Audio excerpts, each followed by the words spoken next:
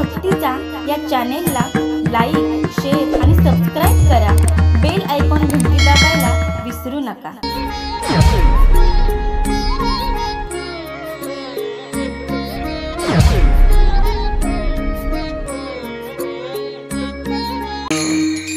चला वळू गाई बैसू जेवू एके ठाई.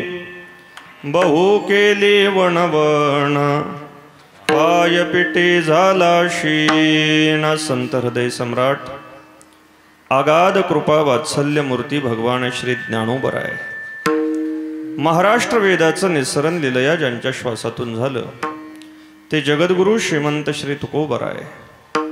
ज्या परंपरेने वारकरी संतांचे विचार तुमच्या आमच्यापर्यंत पोहोचवले त्या परंपरेचे मुख्य प्रवाहक प्रातस्मरणीय स्वानंद सुखनिवासी सद्गुरु श्री जोग महाराज, ज्यांच्या करकमलाने भगवान श्री गणेशांच्या मूर्तीची प्राण प्रतिष्ठापना या ठिकाणी घडली ते चैतन्य सद्गुरु श्री गगनगिरी महाराज आदी करून सर्व संतांच्या कृपा आशीर्वादाने विघ्नहर्त्या भगवान श्री गणेशायांच्या जयंती उत्सवाच्या निमित्ताने संपन्न होत असलेल्या या अखंड हरिनाम यज्ञाच्या सांगतेच्या काल्याच्या प्रसादाच्या कीर्तनामध्ये आपण उपस्थित आहोत. विठाला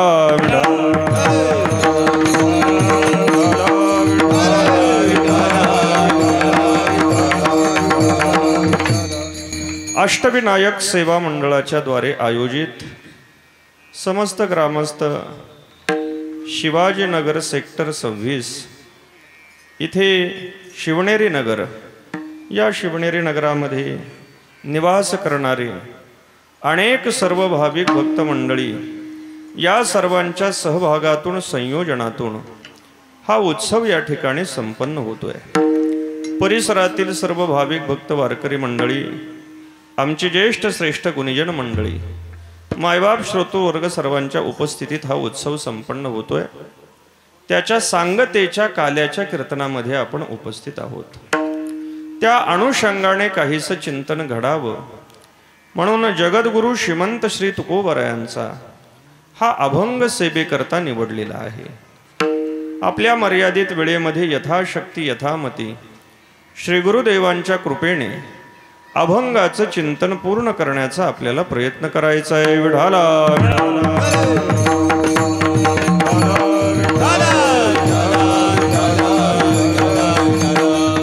या अभंगामधून जगद्गुरु श्री तुकोबराय काल्याचा प्रसाद मिळवण्यासाठी कोणता अधिकार आपण मिळवला पाहिजे, कोणती योग्यता मिळवली पाहिजे, त्या योग्यतेचं चिंतन करत आहेत. आपल्याला काल्याचा प्रसाद मिळवायचा आहे, पण हा प्रसाद मिळवण्यासाठी काहीतरी आपली योग्यता असली पाहिजे. व्यवहारामध्ये कोणतंही फळ मिळायचं म्हटलं की त्या फळासाठी अगोदर आपल्याला आपली योग्यता सिद्ध करावी लागते. आपण जर योग्य झालो नाही तर योग्य फळ आपल्या पदरामध्ये पडत नाही. अगोदर काहीतरी अधिकार योग्यता संपादित करावी लागते. भगवत पूज्यपाठ श्रीमद शंकराचार्य विवेक चूडामणीमध्ये सांगतायत, अधिकारीणाम आशास्ते फलसिद्धिर विशेषतः. फळाची सिद्धी व्हावी असं जर वाटत असेल तर त्याच्यासाठी योग्यता अतिशय महत्वाची आहे. व्यवहारातलं कोणतंही साधं एखादं पद मिळवायचं म्हटलं तर आपल्याला योग्य व्हावं लागतं. आणि हा काल्याचा जो प्रसाद आहे हा सगळ्या प्रसादांमध्ये सर्वात श्रेष्ठ असलेला प्रसाद आहे.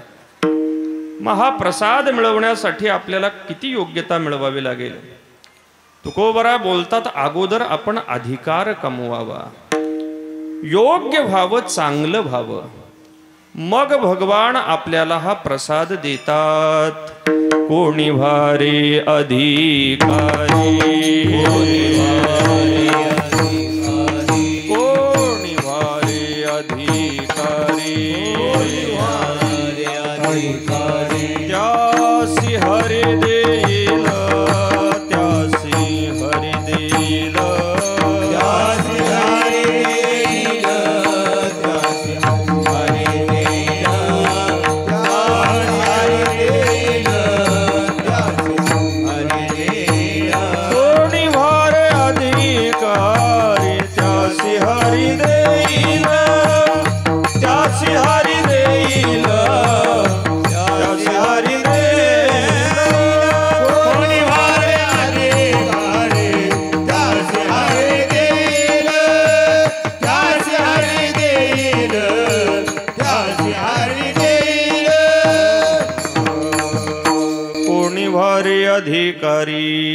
अधिकारी व्हा, त्यासी हरी देईल.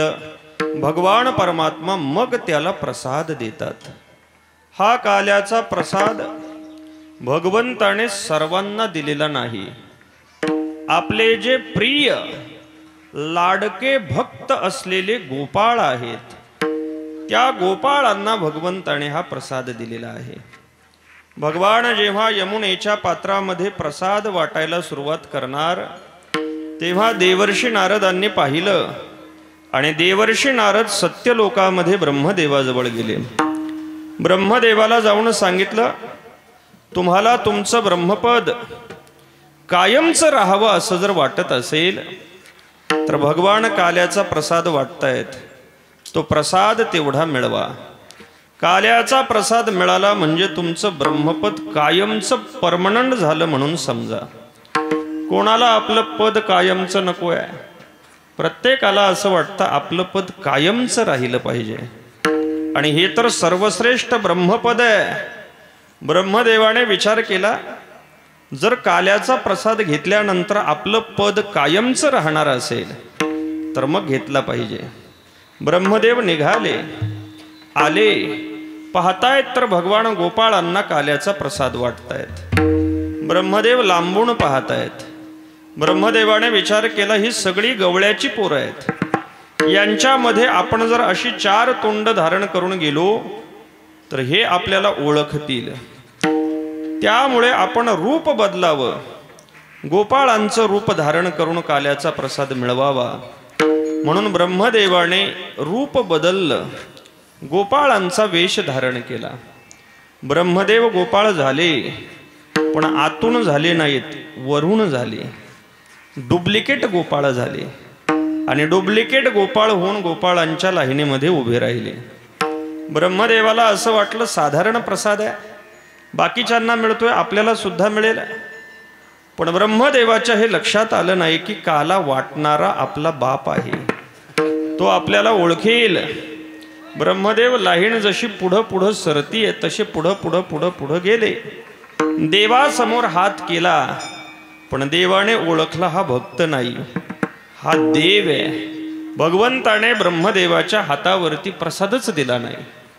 आणि कैकयाने नवलावू केला, काला वाटिता विधाता ठकविला. भागने दातो वत्से गोवळ घेऊन गेला, एकला जेथे तेथे होऊन या ठेलावो. निळोबराय महाराज वर्णन करतायत, भगवंताने लीला केली, ब्रह्मदेवाला काल्याचा प्रसाद दिला नाही. म्हणजे हा काला इतका दुर्लभ आहे. तुका म्हणे काला वैकुंठी दुर्लभ, विशेष लाभ संता संगे. विशेष लाभ संता संगे.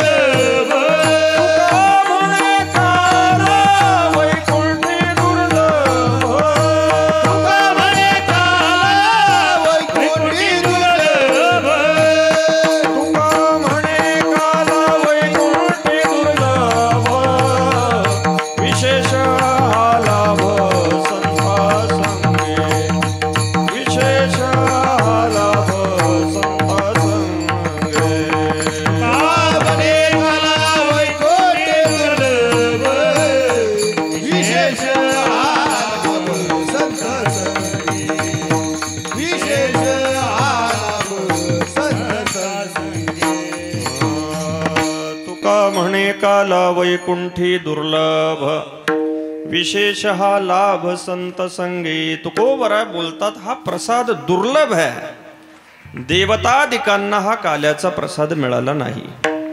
म्हणजे काल्याचा प्रसाद मिळवण्यासाठी योग्यता असली पाहिजे. मग आता आपण इथे बसलोय, आपल्याला काल्याचा प्रसाद मिळावा असं वाटतंय, पण त्याच्यासाठी योग्यता मिळवावी लागेल. योग्यता मिळवायची म्हणजे काय करायचं? म्हणजे भगवंताची आज्ञा पालन करायची.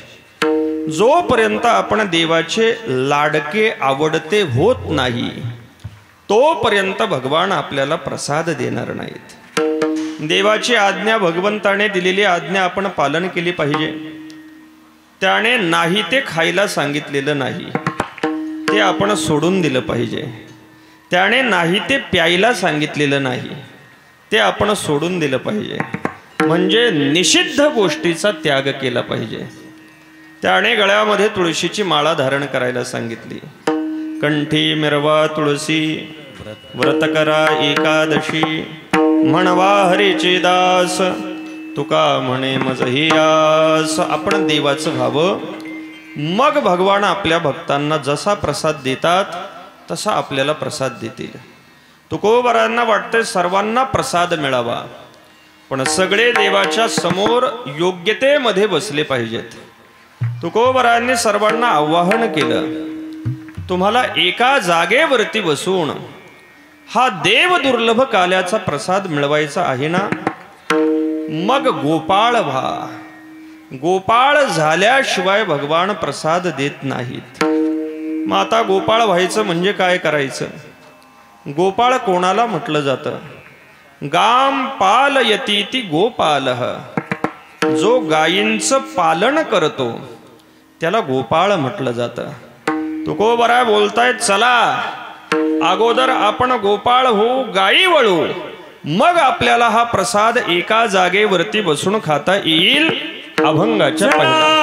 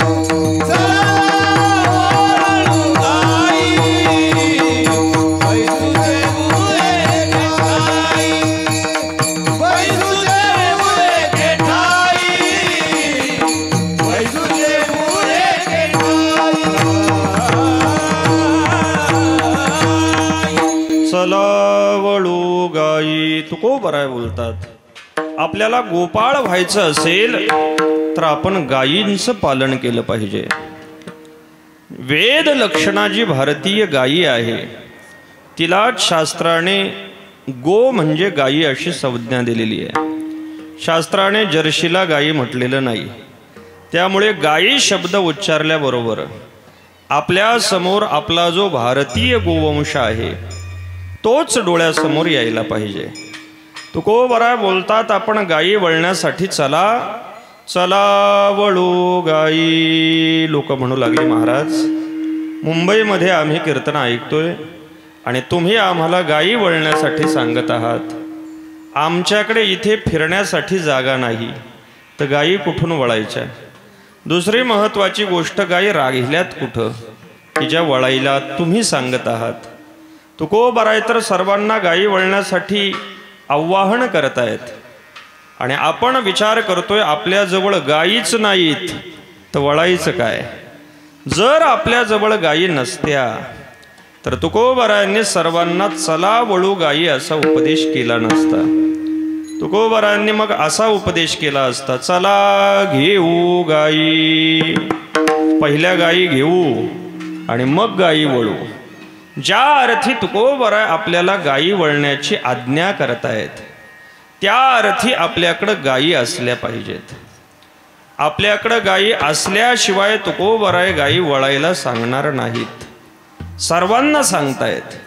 एका विशिष्ट वर्गाला तुकोबारायांचं हे विधान उपदेश म्हणून आहे असं नाही, प्रत्येकाला आहे. म्हणजे प्रत्येकाजवळ गायी असल्या पाहिजेत. हा जो गायी शब्द आहे हा शास्त्रामध्ये सामान्य रूपाने 2-3 अर्थामध्ये वापरला जातो. गो हा मूळ शब्द आहे. गो शब्द वापरला जातो पृथ्वीसाठी, गो शब्द वापरला जातो गायीसाठी, गो शब्द वापरला जातो वेदासाठी आणि गो शब्द वापरला जातो आपल्या इंद्रियांसाठी. तुकोबाराय बोलतात प्रत्येकाजवळ गायी आहेत म्हणजे प्रत्येकाजवळ इंद्रिय आहेत. या इंद्रिय रूपी गायी आपण वळू शकतो. मग आता आपल्याजवळ गायी आहेत, त्या गायी कशा आहेत, कुठं आहेत, कसं चरतात आणि त्यांना कसं वळायचं याचा विचार आपल्याला करायचा आहे. आपल्या प्रत्येकाजवळ भगवंताने 10 गायी दिलेल्या आहेत आणि या 10 गायी एका जाग्यावरती थांबणाऱ्या नाहीत. तुकोबाराय बोलतात, न बैसती एके ठाई, न बैसती एके ठाई,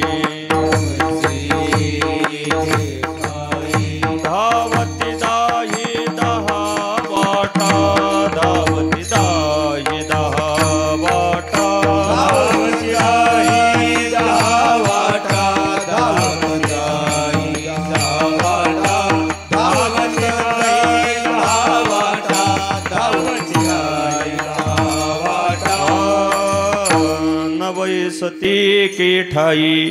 तुकोबाराय बोलतात ह्या 10 गायी एका जाग्यावरती बसत नाहीत, 10 दिशांना धावतायत. म्हणजे आता प्रत्येकाच्या गायी धावणाऱ्या आहेत आणि एका जाग्यावरती थांबणाऱ्या नाहीत. या गायींची ओळख आपण करून घेऊ. भगवंताने प्रत्येकाला 10 गायी दिलेल्या आहेत. पहिली गायी आपल्याला प्राप्त झालेली आहे ती आकाशाच्या सत्वांशापासून बनलेलं आपलं जे श्रोत्र इंद्रिय आहे म्हणजे कान, ही कान रूपी गायी प्रत्येकाला प्राप्त झालेली आहे. प्रत्येकाला कान आहेत की नाहीत? आहेत. मग आता ही कर्णरूपी गायी कुठं चरतीये? तर ही कर्णरूपी गायी संसारातल्या शब्दाच्या अरण्यामध्ये चरतीये. तिला संसारातल्या गप्पा गोष्टी फार ऐकायला आवडतं. कुठं भांडण झालं, काही जर चालू झालं तर ही कान रूपी गायी असे कान टवकारते. पण कीर्तन प्रवचन सुरू झालं की ही गायी मात्र कान खाली पाडते. तुकोबाराय बोलतात संसारातल्या विषयाचं श्रवण करण्यामध्ये, चरण्यामध्ये ही कर्णरूपी गायी गुंतलेली आहे. मग ही पहिली गायी अगोदर तिथून वळवा. म्हणजे नाही त्या गप्पा गोष्टी ऐकणं सोडून द्या आणि नाही ते ऐकणं सोडून देऊन ही गायी वळवायची भगवंताच्या कथा कीर्तन श्रवणामध्ये. तिला तिथून वळून आणायचं आणि भगवंताचं मंगल नाम चिंतन जिथे चालू आहे तिथे ही गायी चरत राहिली पाहिजे, म्हणजे ऐकत राहिली पाहिजे. म्हणजे ही पहिली गायी आपण अशी वळायची. संसारातल्या गप्पा गोष्टी ऐकायचं सोडून द्यायचं नाही त्या विषयांची चर्चा ऐकायचं सोडून द्यायचं आणि जिथे भगवंताची मंगल कथा चालू आहे, साधू महापुरुषांचं चरित्र सांगितलं जात आहे, भगवंताच्या मंगल नामाचं चिंतन केलं जात आहे, त्या ठिकाणी ही कर्णरूपी गायी नेऊन पोहोचवायची. म्हणजे ही पहिली गायी अशी वळायची. दुसरी गायी आपल्याला प्राप्त झालेली आहे, ती म्हणजे वायूच्या सत्वांशापासून प्राप्त झालेलं त्वचारूपी इंद्रिय. त्याला त्वग इंद्रिय असं म्हटलं जातं. सगळ्या शरीरावरती पसरलेली जी त्वचा आहे, ही त्वचारूपी आपली दुसरी गायी आहे. मग आता ही त्वचारूपी गायी कुठं चरतीये? तर ही संसारातल्या स्पर्श विषयामध्ये चरतीये.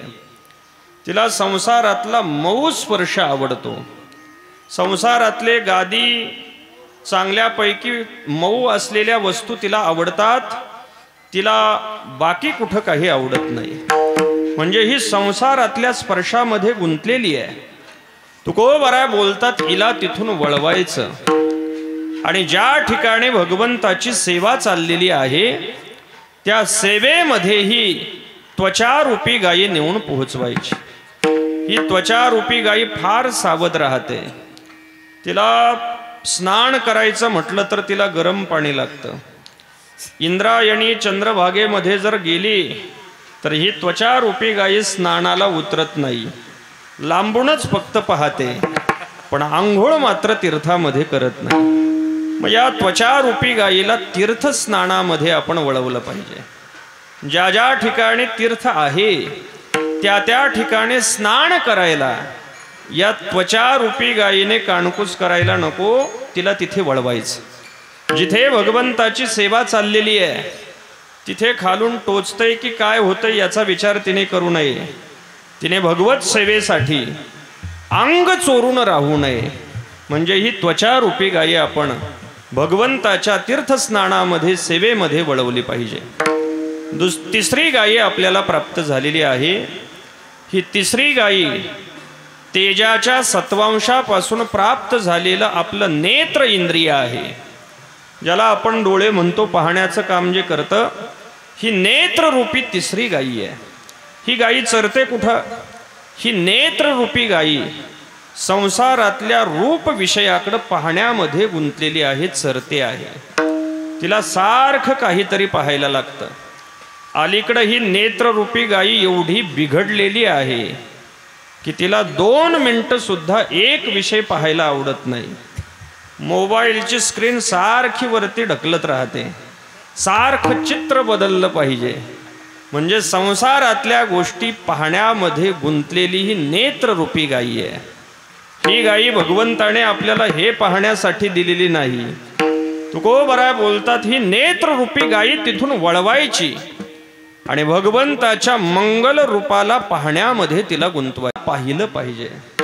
भगवंताचे चरण किती सुंदर आहेत, भगवंताचा पितांबर कसा सुंदर आहे, भगवंताने कमरेला गुंढाळलेली मेखळा किती सुंदर आहे, भगवंताचं नाभी सरोवर कसं आहे, नाभी सरोवरापासून वरती जाणारी केसांची रेषा कशी आहे, भगवंताच्या वक्षस्थळावरती असलेलं श्रीवत्सलांछन चिन्ह कसं आहे, कंठामध्ये असलेला कौस्तुभ किती सुंदर आहे, गळ्यामधली वैजयंती माळा किती सुंदर आहे, भगवंताची हनुवटी किती सुंदर आहे, भगवंताचे ओठ किती सुंदर आहेत, भगवंताची दंतपंक्ती किती सुंदर आहे, भगवंताची नासिका कशी सुंदर आहे, भगवंताच्या भुवया कशा आहेत, भगवंताचे डोळे कसे आहेत, भगवंताने मस्तकावरती रेखलेला ऊर्ध्वपुंड्र कसा आहे, भगवंताच्या मस्तकावरचा किरीट किती सुंदर आहे, भगवंताच्या कानामधली मकर कुंडल किती सुंदर आहेत. हे सगळं पाहण्याकडे ही नेत्ररूपी गायी आपण वळवली पाहिजे. म्हणून तुकोबराय बोलतात, ही नेत्ररूपी गायी संसारातले विषय पाहतीये, तिला तिथून काढायचं आणि भगवंताच्या रूप दर्शनाकडे तिला लावायचं. म्हणजे ही तिसरी गायी या पद्धतीने वळवायची. त्यानंतर चौथी गायी आपल्याला प्राप्त झालेली आहे. ती चौथी गायी म्हणजे जलाच्या सत्वांशापासून प्राप्त झालेलं आपल्या मुखामध्ये असलेलं जे रसना इंद्रिय आहे, ही रसना रूपी आपली चौथी गायी आहे. मग ही गायी कुठं चरतीये? ही संसारातल्या रस विषयाचं सेवन करण्यामध्ये चरतीये. अलीकडे ही गाई एवढी ओढाळ झालेली आहे की तिला सारखं काहीतरी चटपटीत खायला लागतं, सारखं काहीतरी वेगळं वेगळं लागतं. सकाळचा नाश्ता, दुपारचं जेवण, संध्याकाळचं जेवण एक चालत नाही, बदलून पाहिजे. वेगळे वेगळे पदार्थ खाण्यामध्ये आणि नको त्या विषयांचं सेवन करण्यामध्ये ही गुंतलेली रसनारूपी गायी आहे. तुकोबरा बोलतात तिला वळवा, संसारातल्या रस विषयामधून तिला काढायचं आणि तिला भगवंताच्या नामरसाची गोडी द्यायची. रसना रंगली पाहिजे, पण कुठे? भगवंताच्या नामरंगामध्ये.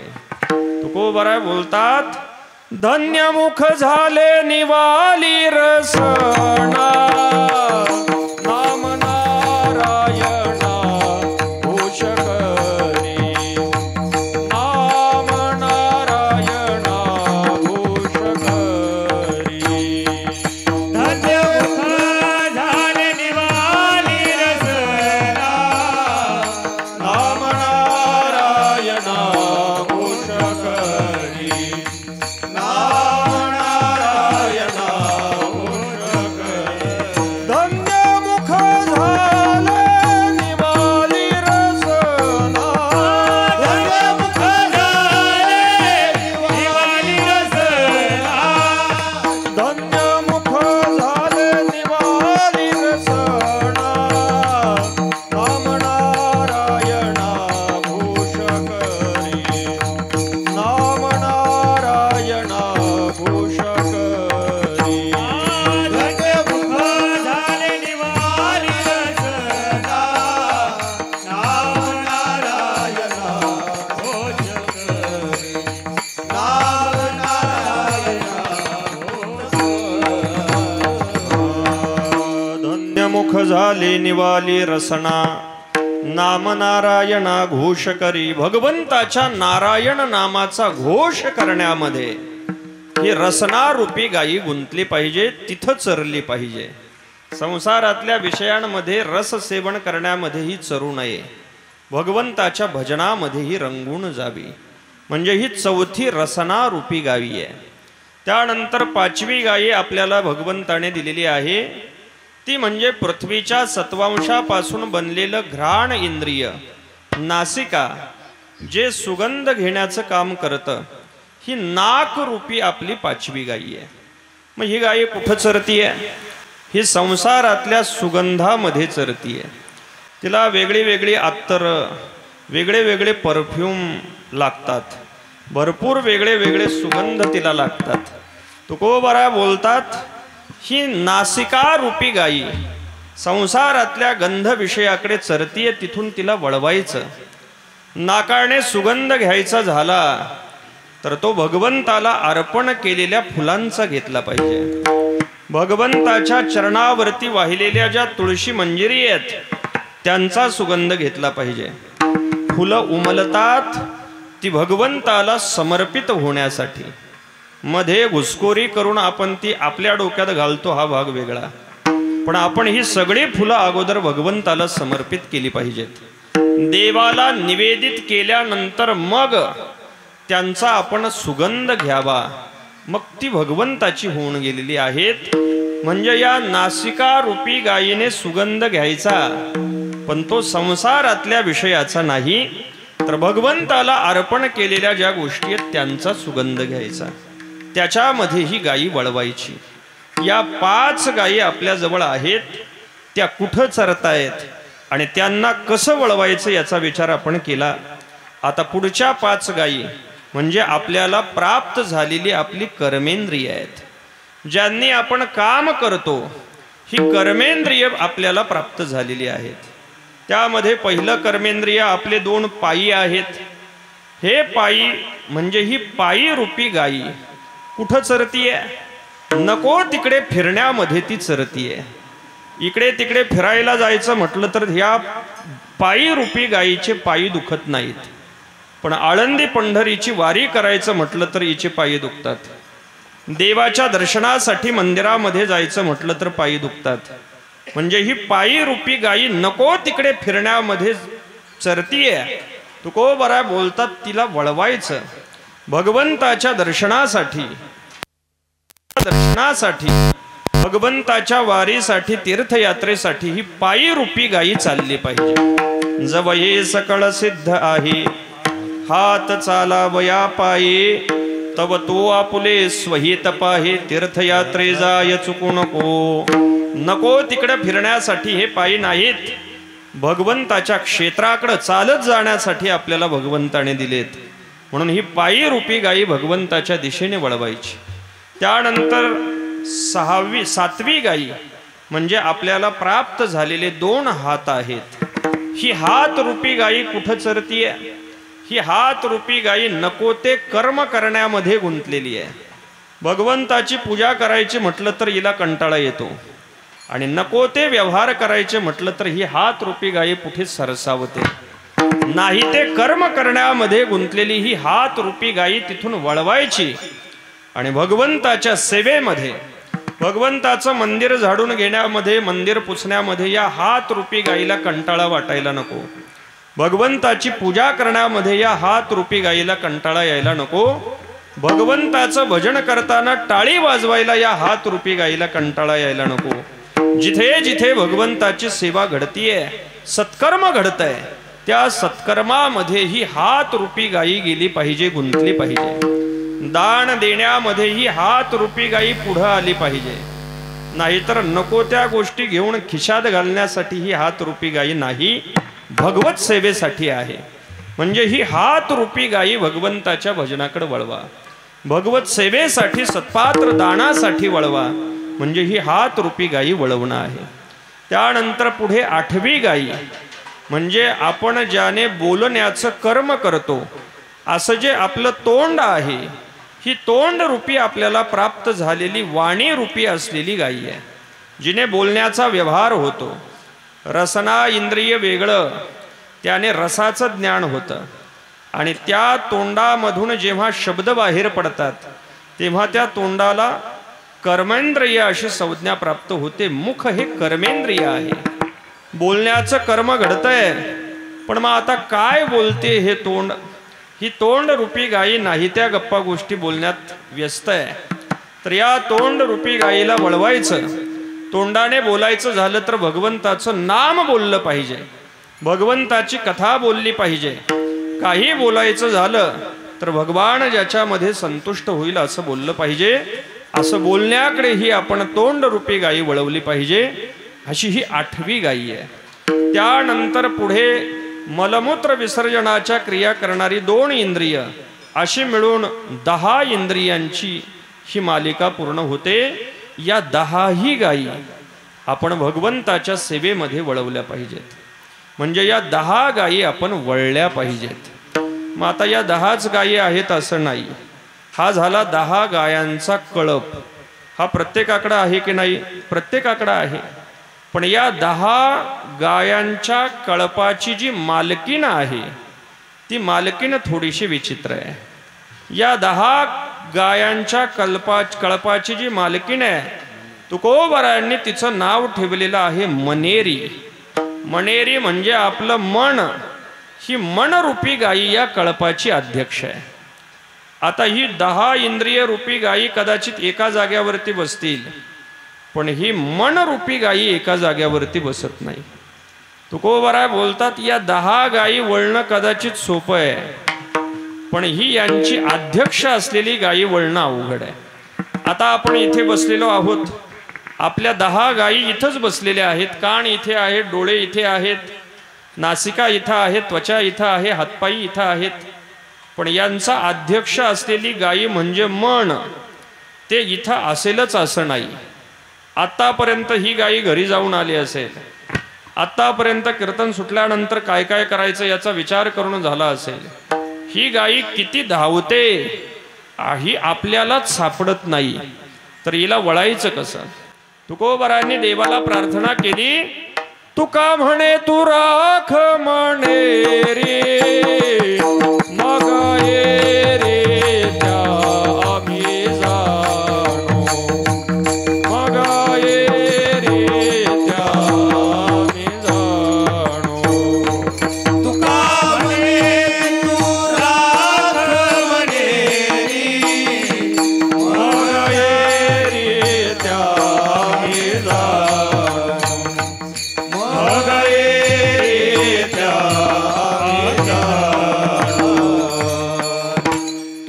म्हणे तू राख मणेरी. तुकोबरा बोलतात देवा ही मन रूपी गायी तू राख, कारण ही आम्हाला ऐकत नाही. म्हणजे मन रूपी गायी वळवण्यासाठी भगवंताची प्रार्थना करायची. मन अत्यंत चंचल आहे. चंचलम ही मन कृष्ण प्रमाथी बलवदृढम तस्याहम निग्रहम मन्ये वायुरीव सुदुष्करम. अत्यंत अवघड आहे. मग या मनरूपी गायीला वळण्यासाठी भगवंताला प्रार्थना करायची. अशा 11 गायी आपण वळल्या पाहिजेत. ज्या वेळेला आपण या गायी वळू म्हणजे भगवंताच्या चिंतनाकडे, भजनाकडे, सेवेकडे लावू, त्या वेळेला आपल्यावरती भगवान संतुष्ट होतील. तुकोबरा बोलतात अशा गायी जर आपण वळल्या तर मग आपल्याला बैसो जेवू एके ठाई, एका जाग्यावरती बसता येईल आणि एका जाग्यावरती बसून भगवंताचा प्रसाद आपल्याला भक्षण करता येईल. लोक म्हणू लागली महाराज तुम्ही ज्या गायी वळण्यासाठी आम्हाला सांगताय त्या गायी आमच्याकडे आहेत हे मान्य आहे, त्या कुठं चरतायत हेही मान्य आहे आणि त्या कुठं वळवल्या पाहिजेत हेही कळत आहे, पण हे सगळं आम्हाला जमत नाही. हे फार अवघड आहे. हे गायी वळणं फार अवघड आहे. त्यामुळे समजा आम्ही गायी नाही वळल्या तर काय नुकसान होणार आहे. तुकोबरा बोलतात जर तुम्ही गायी वळल्या नाहीत तर मग त्या गायी चरत चरत चरत दुसऱ्याच्या रानात जातील. दुसऱ्याच्या रानात गेल्यानंतर त्या सापडणार नाहीत.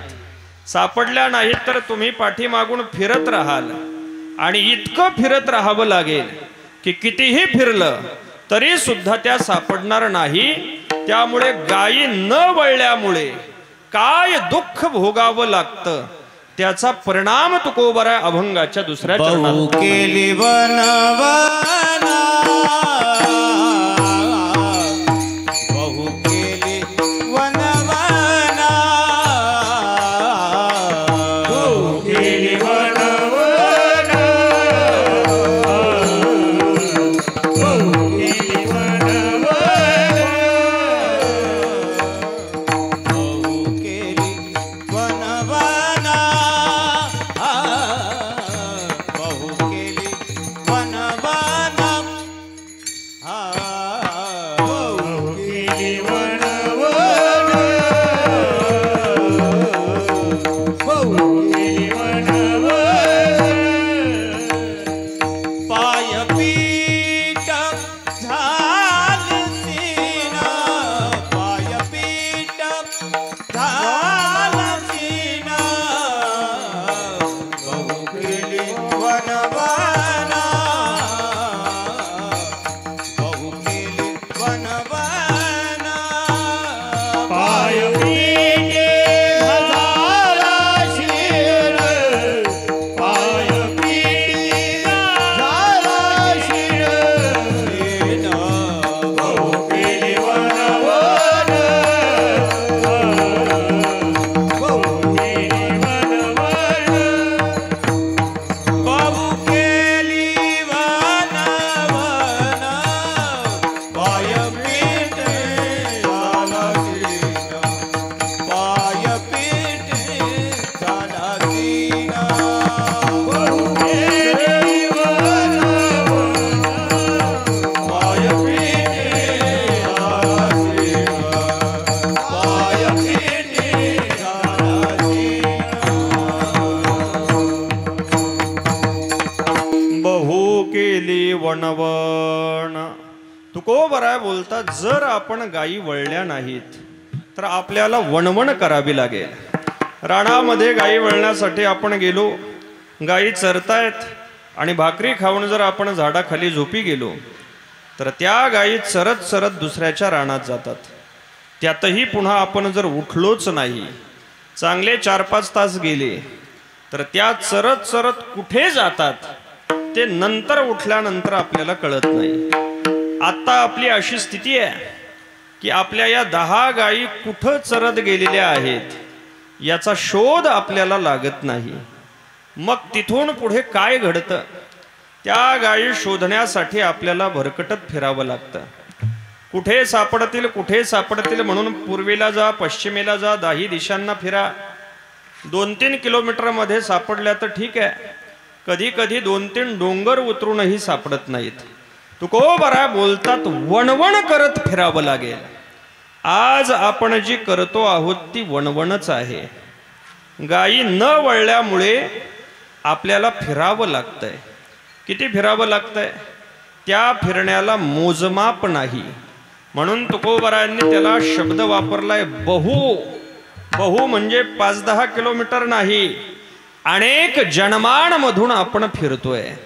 हे जे जन्म घेणं आपलं चालू आहे त्याचं मूळ कारण म्हणजे आपण आपल्या इंद्रिय रूपी गायी वळल्या नाहीत, म्हणूनच हे फिरणं चालू आहे. आता ही वणवण किती मोठी आहे. या वणवणीचं रूपांतरण आपल्याला नामदेवरायांनी गणितामध्ये करून दिलेलं आहे की एकूण आपल्याला किती फिरावं लागतं याचा विचार करा. किती वणवण करत किती जन्म घ्यावे लागतात.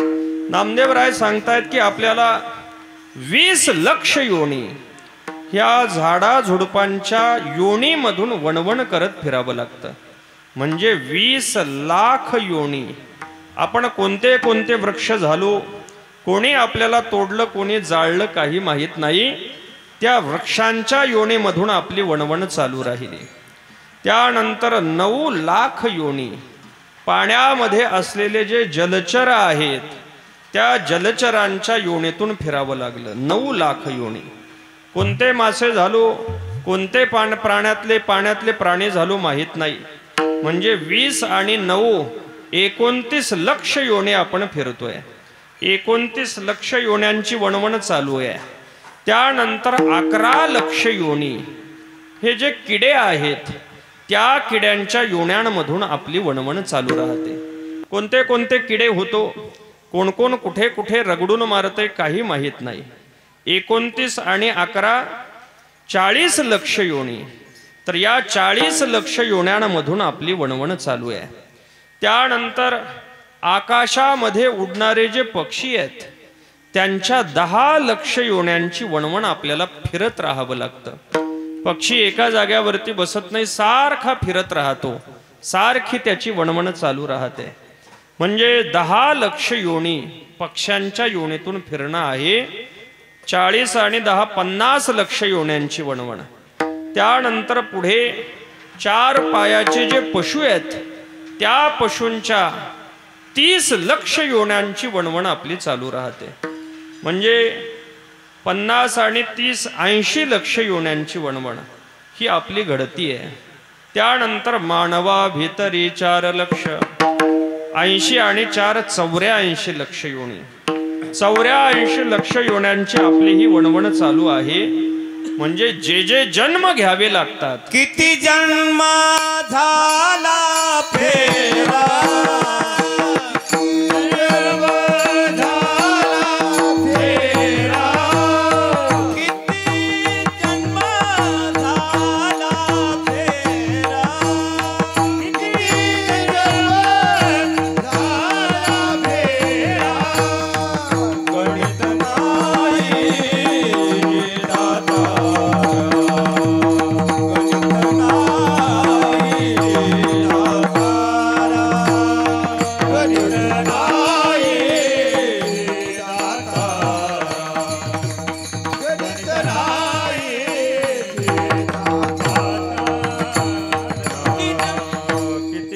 दाता, फेरा. 84 लक्ष योन्यांमधून वणवण चालू आहे. पण ही एवढीच वणवण आहे असं नाही. हे फक्त प्रकार झाले. यामध्ये किती फिरावं लागतं. एक एक योनी कोटी कोटी फेरा. एका योनीमध्ये कोट्यावधी वेळेला फिरावं लागतं. मग 84 लक्ष योन्यांमध्ये किती वेळेला फिरावं लागत असेल याचं गणित घरी जाऊन करा आणि काय बेरीज येते ती सांगा. बेरीज येणार नाही. किती जन्म झाला फेरा, गणित नाही जी दातारा, गणितच नाही. म्हणजे एवढी वणवण आपल्याला करत राहावी लागते. आज आपली सगळी वणवण चालू आहे त्याचं कारण एकच, आपण आपल्या इंद्रिय रूपी गायींना वळलेलं नाही म्हणून. तुकोबरा बोलतात मग ही वणवण चालू राहील. आणि ही वणवण म्हणजे अशी तशी वणवण नाही. तर या वणवणीमध्ये फक्त पायपीट आहे, फक्त चालणंच आहे. आणि दुःखच दुःख, शीनच शीन आपल्या वाट्याला येणार आहे. कशा पद्धतीचा हा शीन आपल्या वाट्याला येतो त्याचं स्वरूप तुकोबराय अभंगाच्या 3ऱ्या चरणात सांगतायत. खांदी भार पोटी भूक खांदी भार पोटी भूक खांदी भार पोटी भूक खांदी भार पोटी भूक खांदी भार पोटी भूक खांदी भार पोटी भूक खांदी भार पोटी भूक खांदी भार पोटी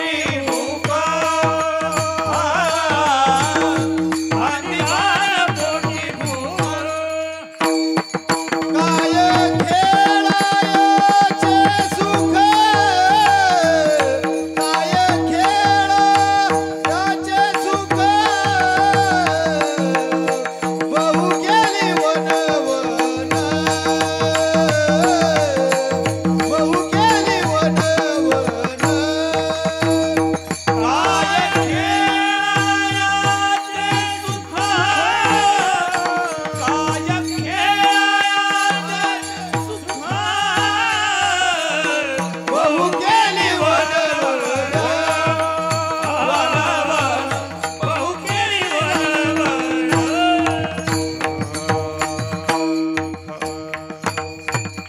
खांदी भार पोटी भूक काय खेळायाचे सुख.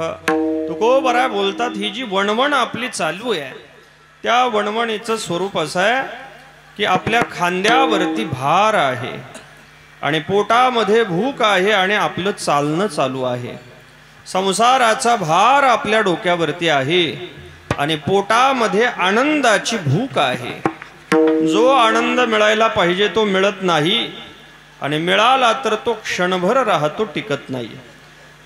मग आता अशा पद्धतीने जर एखादा भारा आपल्या डोक्यावरती दिला आणि उपाशी पोटी न थांबता न बसता आपल्याला जर सारखं वणवण करत फिरावं लागलं तर त्या चालण्यामध्ये कोणतं सुख आहे का? कोणतंही सुख नाही. संसाराच्या यात्रेने आपण चालतोय, रस्त्याने चालतोय, पण अभिमानाचा संसाराच्या अहंकाराचा भारा मात्र आपल्या खांद्यावरती आहे. पोटामध्ये भूक आहे आणि मग अशा पद्धतीचं दुःख आपल्याला भोगावं लागतंय.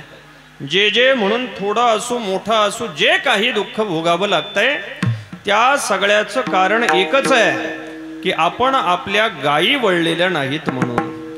मग आता आपल्याला जर सुख पाहिजे असेल, एका जागेवरती बसावं वाटत असेल आणि भगवंताचा हा जर प्रसाद मिळवावा असं वाटत असेल तर या इंद्रिय रूपी गायी आपण वळल्या पाहिजे.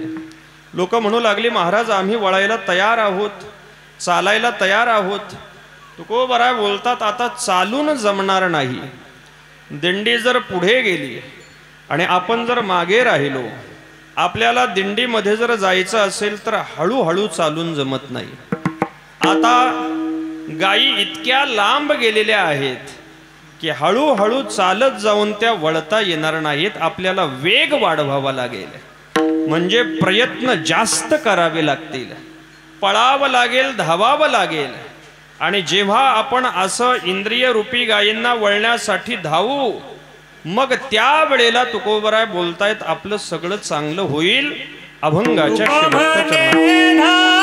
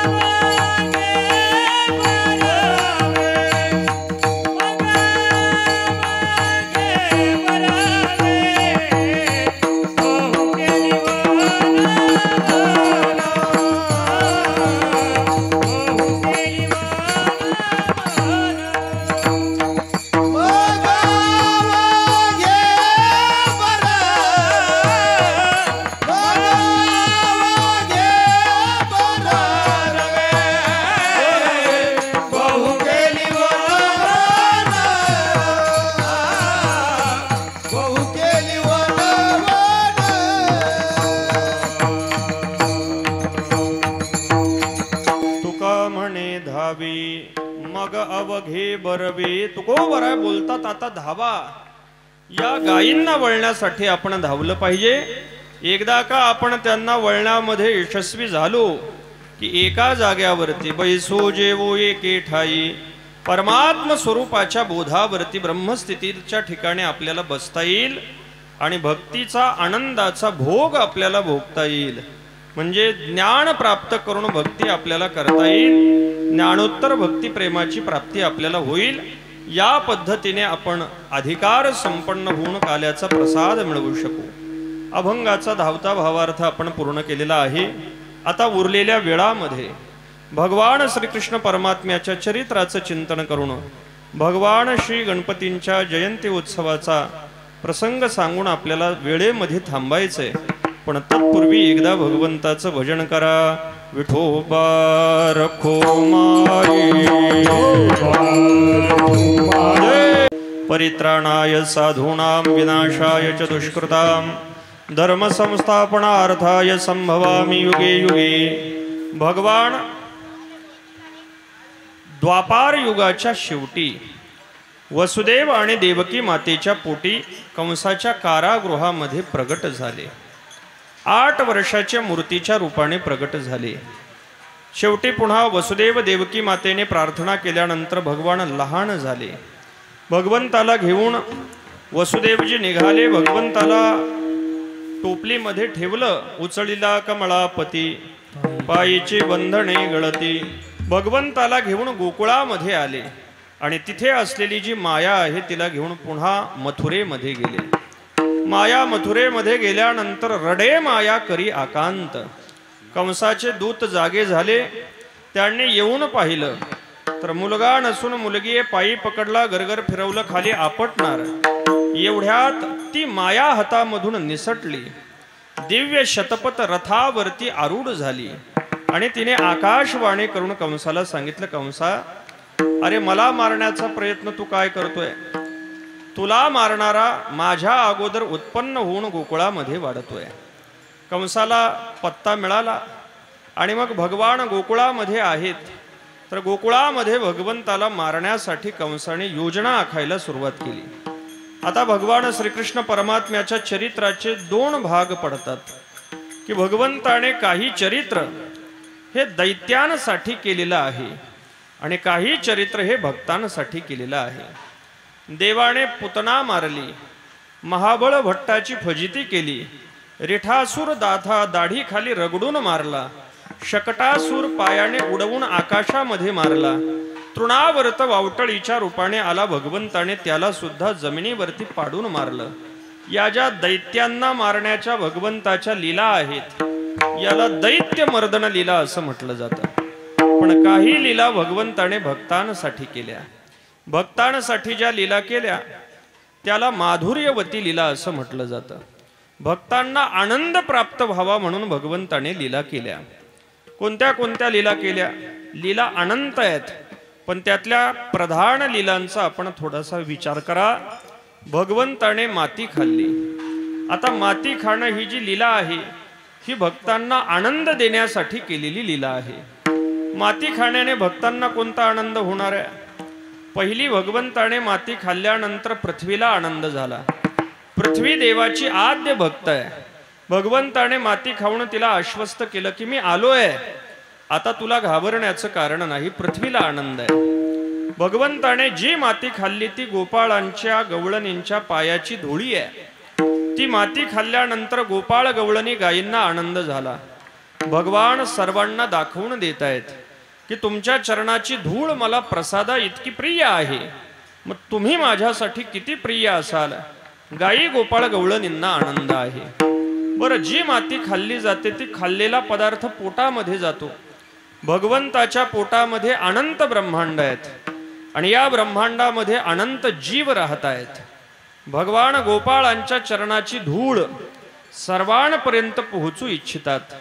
भगवंताला असं वाटतंय की ही गोपाळांच्या चरणाची धूळ सर्वांना जर मिळाली, संत चरणर जलागता सहज वासनेचे बीज जळून जाय. सगळे जीव वासनामुक्त होऊन माझ्या स्वरूपाला प्राप्त होतील म्हणजे अनंत जीवांचा उद्धार होण्यासाठी भगवंताने ही माती खाल्ली. बरं, माती खाल्लेलं प्रकरण तेवढंच राहिलं नाही. माती खाण्यातून भगवंताने यशोदा मातेला विशेष आनंद दिला. भगवान माती खातायत, सगळ्या गोपाळांनी तक्रार केली, बलराम दादांनी तक्रार केली. यशोदा मातेने देवाला समोर बोलावलं आणि विचारलं, सांग तू माती खाल्ली आहे का? भगवंताने सांगितलं, मी माती खाल्लेली नाही. आई गाये नाही खादले मी माती खाल्ली नाही. अरे मग हा बलराम दादा सांगतोय ते काय आहे? भगवान बोलतात, तोही माझा पक्षपाती. तो पक्षपाती आहे. यशोदा माता म्हटल्या, सगळे खोटं बोलतात, तूच तेवढा खरा. नाही खाल्ली तर दाखव पाहू तोंड. तोंड दाखव असं जेव्हा यशोदा माता म्हटली, देवाच्या तोंडात त्याही वेळेला माती होती. भगवंताने विचार केला, आता पकडलं जाणार. भगवान पळू लागले. भगवान पुढे पळतायत, यशोदा माता पाठीमागून पळतीये. हातामध्ये तिने एक छडी घेतली, देवाला पकडला आणि मारणार एवढ्यात भगवंताने तोंड उघडलं. मारावया तिने उगारिली काठी, भुवन त्या तोंडेचा वदा देखी. भगवंताने तोंड उघडलं, तोंडामध्ये माती दिसली नाही, ब्रह्मांडाचं दर्शन घडलं. म्हणजे यशोदा मातेला ब्रह्मांडाचं दर्शन आहे.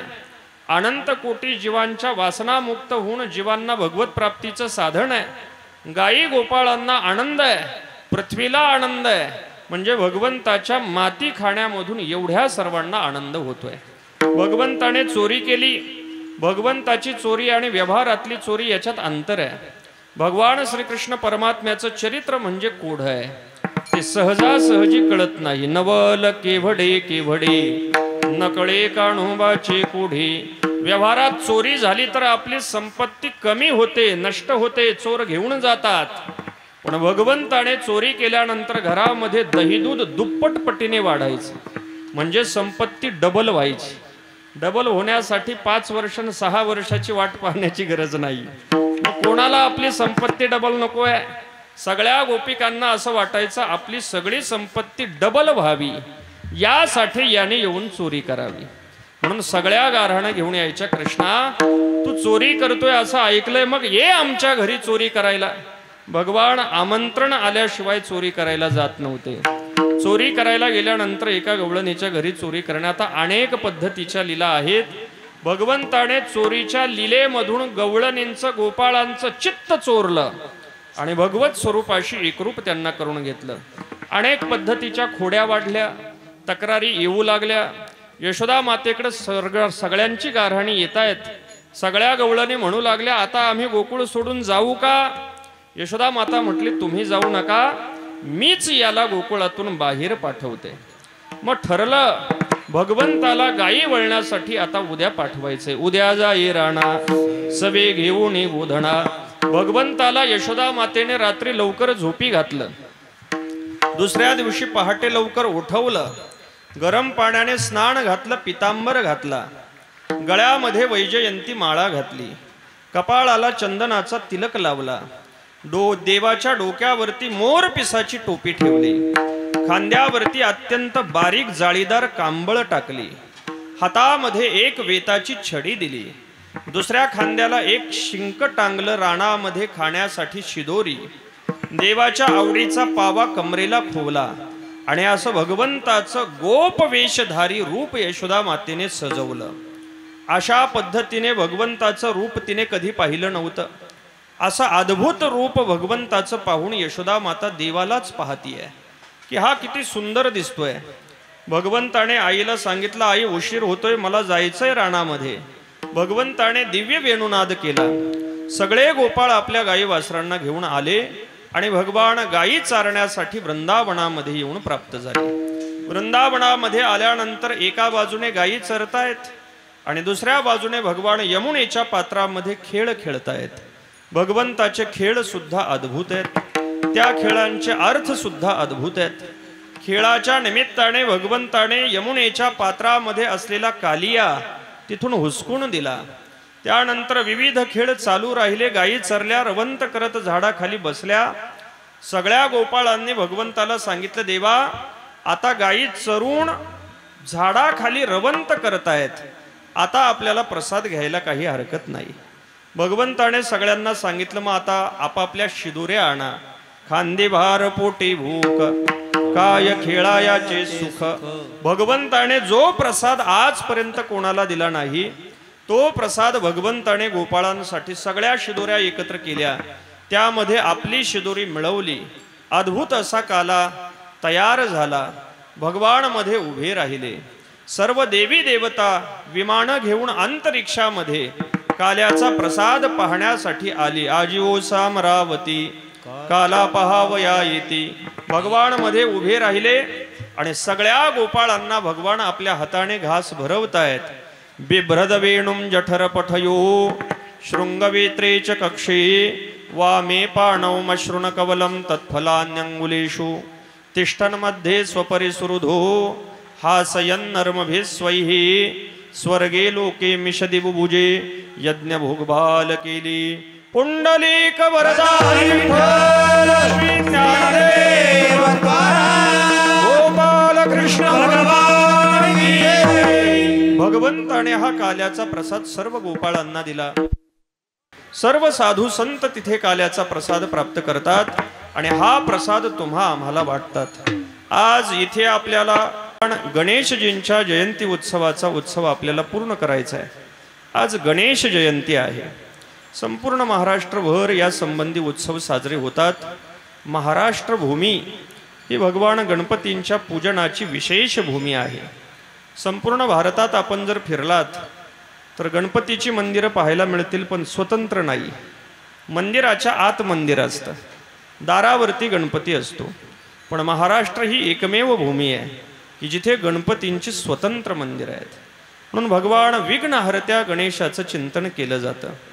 आपल्या कोणत्याही कार्याच्या आरंभी वक्रतुंड महाकाय सूर्यकोटी समप्रभ निर्विघ्नं कुरु मे देव सर्वकार्येषु सर्वदा. कार्यारंभी पूजनाचा मान हा पार्वती पुत्र भगवान गणेशांना आहे.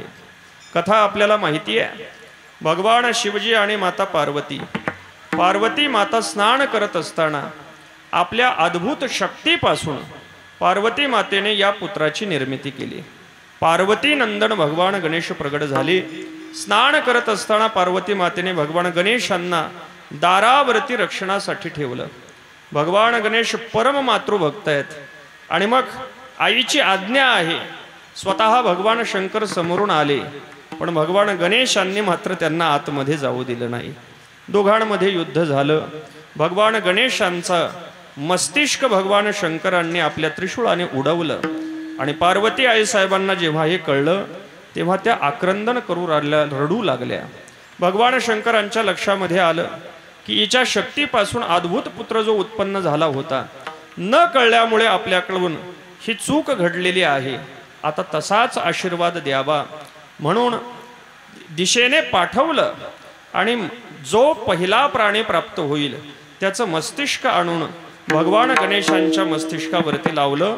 तो पहिला प्राणी प्राप्त झाला हत्ती. त्याचं तोंड म्हणजे डोकं मस्तिष्क काढून भगवान गणेशांच्या मस्तिष्काच्या ठिकाणी लावलं आणि असं वक्रतुंड असलेलं भगवान गणेशांचं अद्भुत रूप प्राप्त झालं. ज्ञानोबरांनी भगवान गणेशांचं अत्यंत सुंदर वर्णन केलेलं आहे. ज्ञानोबरा बोलतात सगळा ओंकार आहे, तो ओंकार म्हणजे भगवान गणेश आहेत. पहिली ओंकाराची जी आकार मात्रा आहे, आकार चरण युगूल, उकार उदर विशाल, मकार महामंडल मस्तकाकारी. भगवंताचे खाली असलेले दोन चरण म्हणजे आकार आहे. भगवान गणेशांचं उदर म्हणजे उकार आहे आणि मस्तक जे आहे ते मकार आहे.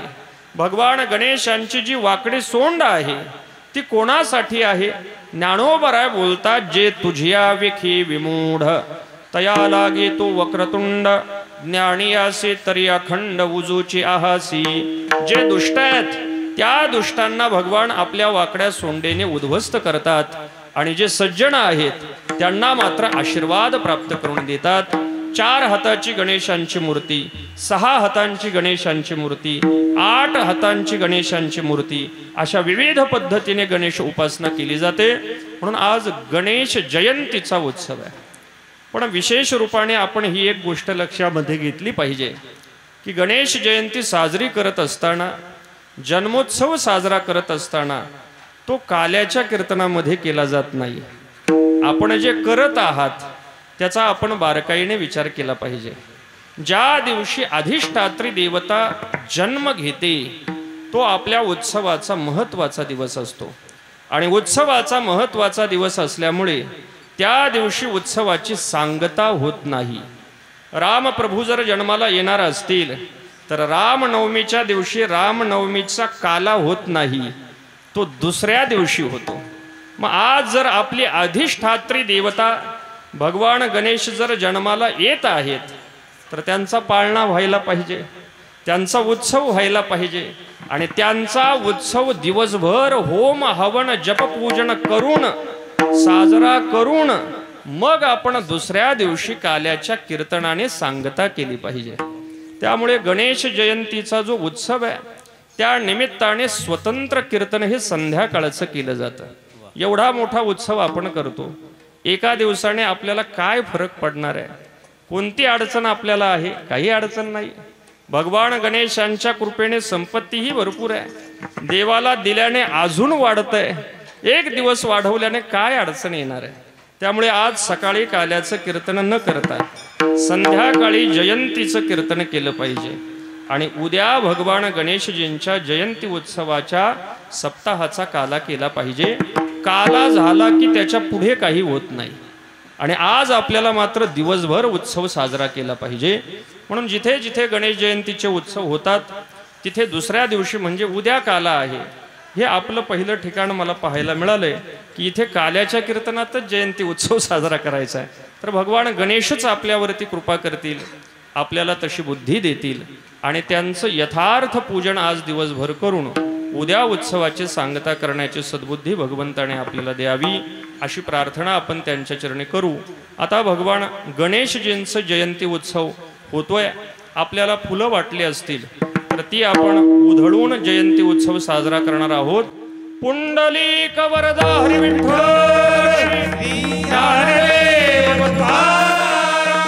पंढरीनाथ भगवान की जय. गणपती बाप्पा